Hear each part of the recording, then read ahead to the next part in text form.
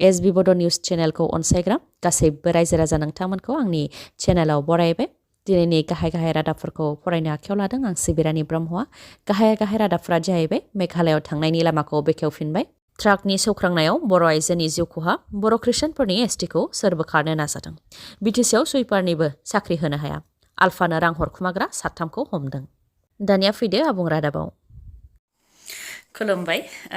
दासान्दि आङो खौरांखौ रेगुलार फोसावनो हायाखै, सानफ्रोमबो फोसावनाय जायाखै।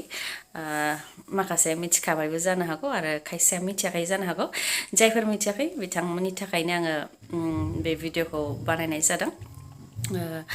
थांनाय 16 नभेम्बर बे सानखालि आंनि जोनोमगिरि आइया रुंसारि जादों। बेनि थाखायनो आङो दासान्दि निउसखौ रेगुलार होनो हाथ'वाखै। फैगौ 30 नभेम्बर 30 थारिख दा बुधबाराव भजखौ लादों। भज जोबजासिम बेबायदिनो एसे निउस होनायाव उसुबिदाबो जानो हागौ। भज जोबखांबाथाय आङो सिगांनि बायदिनो रेगुलार होनो नाजाफिनगोन आरो नोंथांमोना गाज्रि दामोन। दानिया खौरांखौ नोंथांमोना खोनासंलांदो। लामानि जाब्रथाय जानायाव फिन सासे बर' आइजोनि जिउ खहा। मुङा जियाश्री बसुमतारी, 21 बोसोर बैसोनि, इउपि 21C9796 नम्बरनि गंसे ट्राकजों गसाइगाव एसटि एन्टनी फरायसालिनि साखाथियाव थानाय राजा लामायाव जाब्रथाय जानायावनो जियाश्री बसुमतारीनि जिउ खहा जादों। जाब्रथायजों जिउ गोमानाय जियाश्री बसुमतारीखौ गसाइगाव महकुमानि सिङाव थानाय जज्लायगाव गामिनि थागिबि होननानै मिथिनो मोननाय जादों। रायजोआव प्रशासना गोख्रों जादोंब्लाबो जायनिनो बेनिनो आखायाव आयेन बेरेखा हाथियार। फिन रां दाबिनानै गुलि गावनाय जाथाय। बे खेबाव गुलि गावनाय जाथाया जरहाटआव जादों। जरहाट टाउननि मारवारि पाट्टियाव थानाय नलसन रामकिसान फालांगियारि फसंथानाव थांनानै सानै दुथांफोरा गुलि गावहैदों। दुथांफोरनि गुलि गावनायजों जोखोम जादों सुनिल शर्मा मुंनि सासे सुबुङा। गुलि गावखांनायनि उनाव सानै दुथांफोरा खारनो नाजादोंमोन, नाथाय रायजो राजाफोरनि नाजानायाव सानैनि मादाव सासेखौ हमनो हादों। हमजानायनि मुङा अरुप गगै। लोगोसे दुथांनिफ्राय गंसे पिस्तल आरो देगारबो हमनो मोन्दों। दुथांफोरनि गुलि गावनायजों जोखोम जानाय सुनिल शर्माखौ उनाव GMCH देहा फाहामसालियाव दैथायहरदों।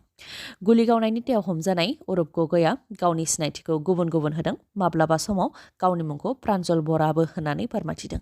पुलिसआ फोरमायथिबावनाय बायदिब्ला दुथाङा पुलिस कास्टडिनिफ्रायबो खारनो नाजादोंमोन। जायनि थाखाय पुलिसआबो प्रान्जल बरानि सायाव गुलि गावनो गोनां जादों आरो पुलिसनि गुलि गावनायजों प्रान्जल बरानाव जोखोम जादों होननानै फोरमायथिदों। मख'नो गोनांदि आसाम सोरखारा गुवाहाटी हाइकर्टनो रिपर्ट होनाय बायदिब्ला आसाम पुलिसनि गुलि गावनायजों थांनाय बोसोरनि मे दाननिफ्राय बे बोसोरनि मे दानसिम 26 सुबुंनि जिउ खहा जाबाय आरो 139आ जोखोम जादों। फैगौ 1 डिसेम्बर आरो 5 डिसेम्बराव गुजरातआव बिधानसभा बिसायख'थि खुंजागोन। जानो गोनां बिसायख'थिनि थाखाय डिउटि होफुबाय थानाय समावनो सानै जवानखौ गावथारदों आरो सानै जवाना गोब्राबै जोखोम जादों। मणिपुरनि आईआरबि जवान एस इनावचाया गावजोंनो मावफानाय आईआरबिनि जवान सानैखौ गावथारदों। मुङा हाविलदार तयबा सिंह आरो riflemen Jiten Singh. Constable S इनावचानि गुलि गावनायजों सानै जवाना जिउ खोमानो गोनां जानायनि अनगायैबो सानै जवानफोराबो गोब्राबै जोखोम जादों, जायनि थाखाय फाहामथायनि थाखाय देहा फाहामसालियाव थिसननो गोनां जादों। बे जाथाया गुजरातनि परबन्दर जिल्लायाव जादों। गावसोरनि गेजेराव माखासे खोथाखौ लानानै दावराव दावसि जानायावनो बे गुलि गावनाय जाथाया जानो मोन्दों होननानै रिपर्टआव मोननाय जादों। जोंनि काउन्सिलआ दा ओरैनो जिरायनानै दं। दैदेनगिरिफोरनाव जेबो खामानि गैया, मानोना बिटिआरखौ गुबैयै आसाम सोरखारासो सालायगासिनो दं होननानै बुंथियो बिटिसिनि बारग' प्रिन्सिपाल सेक्रेटारि आइएस मिस्टार जन इंटी खाटार बिथाङा।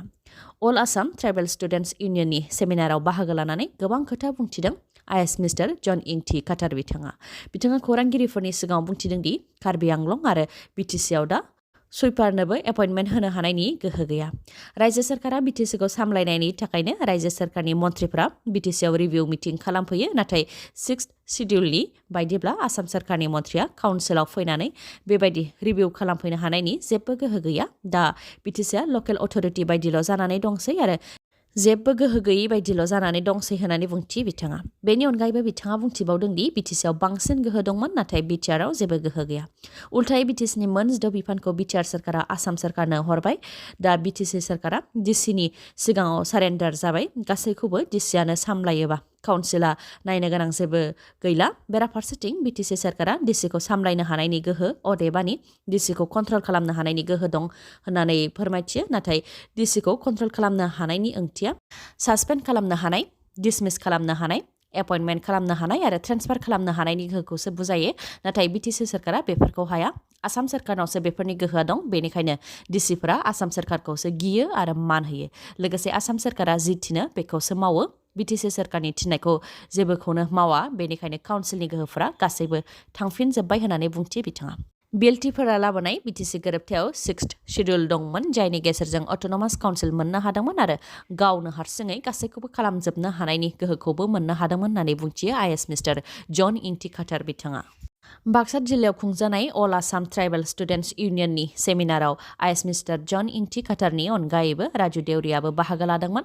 बेयाव बाहागो लानानै बिथाङा बुंथिदोंदि आरएसएसफोरनि थांखियानो ट्राइबेलफोरखौ बोखावनाय आन्दायहोनाय आरो लोरबां खालामनाय जोंनि बर'नि गेजेराव बर' ख्रिस्टियानफोरनो माइनरिटि होनानै एबा एसटि स्टेटासखौ बोखारनांगौ होननानै खोथा सोलिदोंमोन जुदि बर' ख्रिस्टियानफोरखौ माइनरिटि बानायोब्ला सरनिया जायफोर ट्राइबेल लानानै दं आरो टिवा कार्बि जायफोरा सयकिया हाजरिका लिरो बिथांमोननोबो माइनरिटि हो बेयाव जेबो बुंनो गोनांथि गैया होननानै बुंथियो लोगोसे बुंथिबावोदि ट्राइबेलफोरा धोरोमखौ सोलायनो हायो नाथाय बर'फोरा गावनि राव आरो हारिमु दंखायो दख'नानि जायगायाव सारि गानाखै आरो टाइटेलखौ सयकिया एबा हाजरिकाबो लिराखै होननानै बुंथियो लोगोसे धोरोमनि मुङाव बोखावनाय आरो लोरबां खालामनो नाजानाय बेफोर राजखान्थिनि सोलोसो होननानैबो बुंथिबावो बिथाङा राजु देउरिया हाथियार लाग्रा आफाद आल्फानो रां हरनायनि दायाव 3 फालांगिरिफोरखौ हमदों आसाम नागालेण्ड सिमानि नामथलानिफ्राय नामथला पुलिसा 3 फालांगिरिफोरखौ हमदों हमजानाय 3 फालांगिरिफोरनि मुङा फारियै मनोहर ठाकुर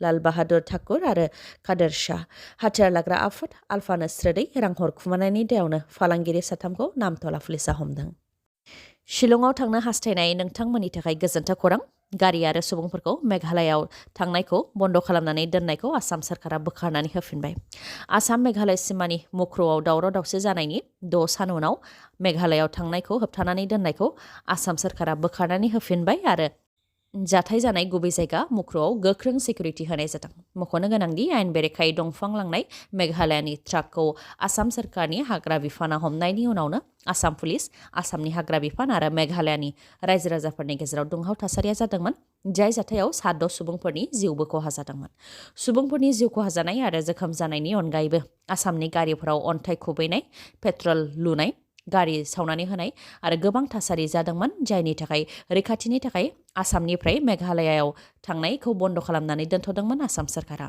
दा बेखेवनानै होफिनबाय मख'नो गोनांदि दुंहाव थासारियाव थैनाय 6नि मादाव सासे आसामनि हाग्रा बिफाननि मावथिमोन आरो आद्रा 5 मेघालयनि सुबुंफोरमोन दासान्दि इउपिपिएलनि दैदेनगिरि आरो मावथिफोरा माइ हानाय हाबाफारियाव मदद होनो थाखाय माइ आबाद फोथाराव ओंखारबाय थानायखौ नुनो मोनबाय थानाय जादों क'क्राझार जिल्ला आइजो गांखं इउपिपिएल आरो क'क्राझार जिल्ला लाइमोन गांखं इउपिपिएल ज' जानानै बनरगाव ब्लकनि सिङाव थानाय दावलिगुरि गामियाव माइ हानाय हाबाफारि लादों बे हाबाफारियाव बाहागो लानानै बिथांमोनहा फोरमायथिदों दि क'क्राझार जिल्ला आइजो गांखंआ 14 बिघा जोसा माइनि आबाद मावदोंमोन आरो बे आबाद फोथारावनो क'क्राझार जिल्ला लाइमोन गांखं इउपिपिएलआ माइ हानाय हाबाफारियाव मदद होफैदों आरो आबादारिफोरनि गेजेराव वार्क कालचार एबा खामानि मावनायनि हारिमुखौ फोथांनानै लाखिनायनि थांखियैनो बे हाबाफारिखौ लानाय जादों होननानै फोरमायथिदों बेबायदिनो गुबुन गुबुन जिल्लायावबो माइ हानाय हाबाफारियाव इउपिपिएलनि मावथिफोरा बाहागो लागासिनो दं होननानै फोरमायथिदों बिथांमोनहा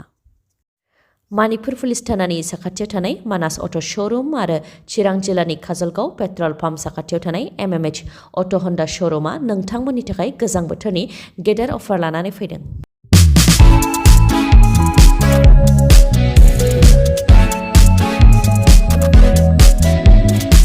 नोंथांमोनहा मानिकपुर पुलिस थानानि साखाथियाव थानाय मानास अट' श'रुम आरो चिरां जिल्लानि काजलगाव पेट्रल पाम्पनि साखाथियाव थानाय एमएमएच अट' हन्डा श'रुमनिफ्राय बाइक आरो स्कुटिखौ खम डाउन पेमेन्टआवनो मोननायजों लोगोसे गंनै हेलमेट गांसे ब्लेंकेट आरो नोगोद 500 रांनि खाबुखौ नोंथांमोनहा मोनफानो हागोन आरो बेफोर अफारफोरा थांनाय 19 नभेम्बरनिफ्रायनो जागायजेनबाय आरो फैगौ 31 डिसेम्बरसिम थागोन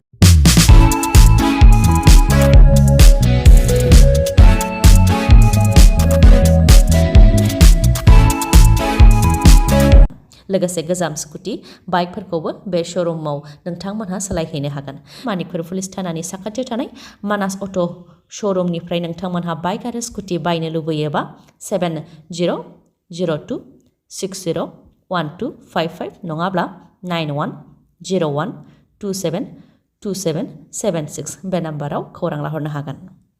नोंथांमोना MMH अट' हन्डा श'रुमाव स्कुटि आरो बाइकखौ बायनो गोसो दंब्ला नैबे मबाइल नाम्बार 8720957824 नङाब्ला 6001916155 बे नाम्बाराव थोंजोङै फोनांजाब खालामनो हागोन। दिनैनि भिडिअ'आ एसेनोसै गाबोन आरो गोदान भिडिअ'जों लोगो मोनफिनबावगोन। नोंथाङा दासिमबो आंनि चेनेलखौ साबस्क्राइब खालामाखैबा अन्नानै साबस्क्राइब खालामदो लोगोसे लाइक कमेन्ट आरो शेयार खालामनो दाबाव। गोजोन्थों।